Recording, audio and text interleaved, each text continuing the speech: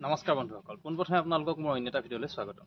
আহকচোন আজি আমি কথা পাতোঁ বাৰিষা কালত নেমুৰ গছত উৎপন্ন হোৱা এবিধ পোকৰ বিষয়ে, যিবিধ পোকে আপোনাৰ বাৰীৰ নেমুজোপা সম্পূৰ্ণৰূপে শেষ কৰি দিয়ে বা ধ্বংস কৰি দিব পাৰে। সেই পোকবিধ কিদৰে আমি আঁতৰাব পাৰোঁ গছৰ পৰা, গছজোপা নফলাকৈ কিদৰে আমি গছজোপাৰ পৰা আঁতৰাই আনিব পাৰোঁ তাৰ বিষয়ে কিছু কথা পাতোঁ আৰু ভিডিঅ' মাধ্যমে আপোনালোকক দেখাওঁ যে মই কিদৰে পোকবিলাক গছৰ পৰা উলিয়াওঁ। আহক আমি ভিডিঅ'টোৰ মাজলৈ আগবাঢ়োঁ। বন্ধুসকল, এইবিলাক দেখিছেনে? এইবিলাক হৈছে মোৰ বাৰীৰ নেমুবিলাক। এইবিলাক গছ মই লকডাউনৰ সময়ত ৰুইছিলোঁ।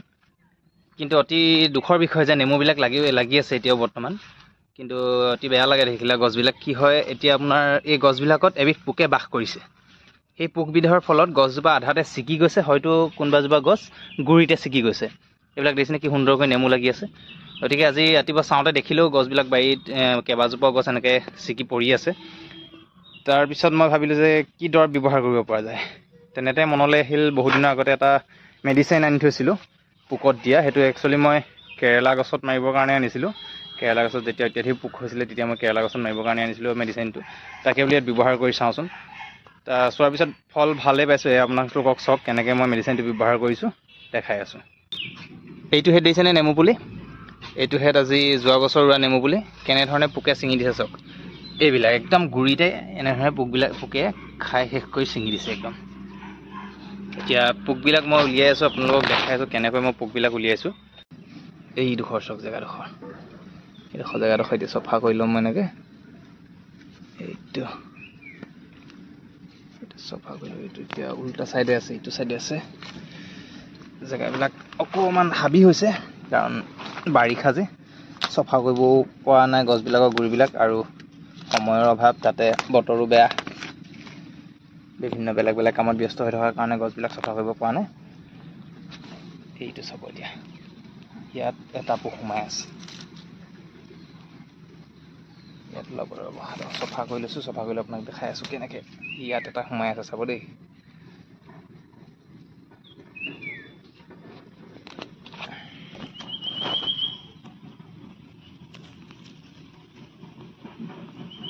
এইডোখৰত চাই থাকক, এইডোখৰত মই এইটো যিটোৱে দি দিছোঁ এই মেডিচিন।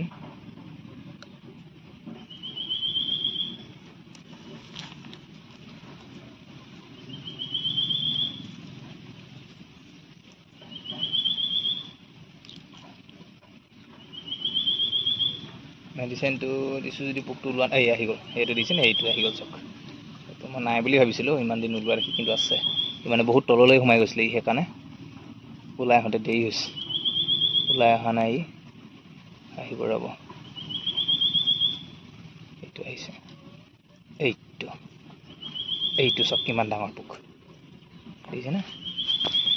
এনেধৰণৰ যদি এটা এটা পোকে যদি গছজোপা খাই থাকে গুৰিটোহেঁত, ক'ৰ পৰা গছজোপা ডাঙৰ হ'ব বা গছজোপা ক'ত ভাল ফল দিব। এনেধৰণৰ পোকবিলাক আপোনালোকেও চাব। আপোনালোকৰ নেমু গছবিলাক যদি এনেধৰণৰ পোক লাগিছে, অতি সোনকালে এই পোকবিধ অঁতোৱাৰ ব্যৱস্থা কৰিব, নহ'লে আপুনি গছজোপা জীয়াই ৰাখিব নোৱাৰিব। এইবিলাক চাওক, আজি কিমান পোক পালোঁ চাওক। এনেকুৱা ইমান ডাঙৰ ডাঙৰ পোক যদি এজোপা এজোপা গছৰ গুৰিত সোমাই থাকে, ক'ত আৰু আপোনাৰ গছ ভাল হ'ব। এয়া চাওক, এই দৰৱ দি দিছোঁ। দৰৱ দিয়াৰ পিছত ই দেখিছেনে পোকটো ওলাই আহিছে। এইয়া চাওক, এনেধৰণৰ পোকবিলাকে নেমু গছবিলাক খাই পেলাই। এয়া দেখিছেনে? এইটো চাওক,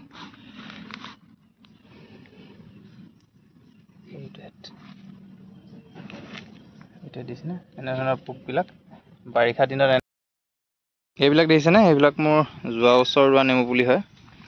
এইবিলাক পুলিত নেমু লাগিবলৈ আৰম্ভ হৈছিলহে মাথো এটা দুটা। এইবছৰ ইয়াত এটা দুটা নেমু লাগিছিলে, পোক লাগিলে। এই বাৰিষা কালত এয়াই নেমু গছৰ একদম ডাঙৰ বেমাৰ বুলি ক'ব পাৰি আৰু এইটো। আচলতে বেমাৰ ইভাগে নহয়, এইটো পোকেহে দিগদাৰ কৰে। এতিয়া মই দেখাইছোঁ ইয়াত পোকটো কোনডোখৰ জেগাত লাগিছে আৰু কেনেকৈ আমি পোকটো উলিয়াম। এয়া চাওক, এই জেগাখিনি দেখিছেনে? এই জেগাখিনিৰ ভিতৰতে পোকটো সোমাই আছে।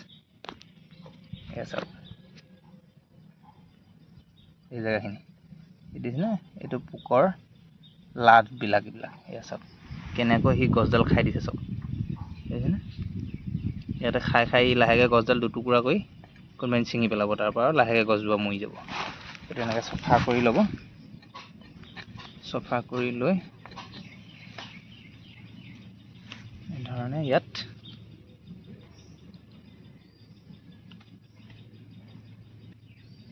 কেইটোপালমান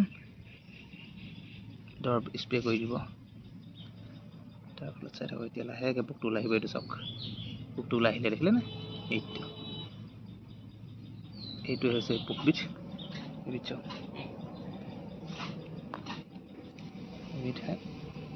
এইবিধ হৈছে পোকবিধ। এইটো হেড